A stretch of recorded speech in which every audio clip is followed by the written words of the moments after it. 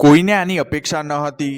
જી હા મિત્રો, તમે લોકો જાણતા જ હશો, કાલે હતી મેચ યુએસએ વર્સસ પાકિસ્તાનની અને યુએસએ આ મેચ જીતી લીધી। પાકિસ્તાને કાલે પહેલા બેટિંગ કરી હતી અને તેમણે 160 રનનો ટાર્ગેટ આપ્યો હતો અને યુએસએ પૂરી તરીકે ચેઝ કરી શક્યા ન હતા। તેમણે ટાઈ કરી દીધી હતી મેચને। તો ત્યારબાદ એક સુપર ઓવર થઈ અને તે સુપર ઓવરમાં યુએસએ મારે 18 રન, જેને પાકિસ્તાન ચેઝ ન કરી શક્યા અને યુએસએ મેચ જીતી લીધી હતી। અને આ એટલી મોટી વાત છે યુએસએ માટે। આઈસીસીએ આને સૌથી મોટો અપસેટનો ટેગ આપ્યો વર્લ્ડ કપ ઇતિહાસમાં। કોઈની આની અપેક્ષા ન હતી। જો મિત્રો તમે લોકો ના જાણતા હોવ તો હું તમને જણાવી દઉં કે યુએસએ ની તરફથી એક ભારતીય બોલર રમી રહ્યા છે જેમનું નામ છે સૌરભ નેત્રવાલકર। તે મુંબઈથી છે અને 2010માં તે ભારત માટે અંડર-19 વર્લ્ડ કપ પણ રમ્યા છે। તેમણે કાલની મેચમાં બહુ જ સારી એવી બોલિંગ કરી। તેમનો આંકડો હતો 4 ઓવરમાં 18 રન આપીને 2 વિકેટ અને તેના પછી સુપર ઓવર પણ તેમણે નાખી હતી અને તેમણે પાકિસ્તાનને ચેઝ ન કરવા દીધો ટાર્ગેટ અને યુએસએ ને આ મેચ જીતાવી દીધી। તો ત્યાં હવે કાલથી તેમની સ્ટોરી વાયરલ જઈ રહી છે।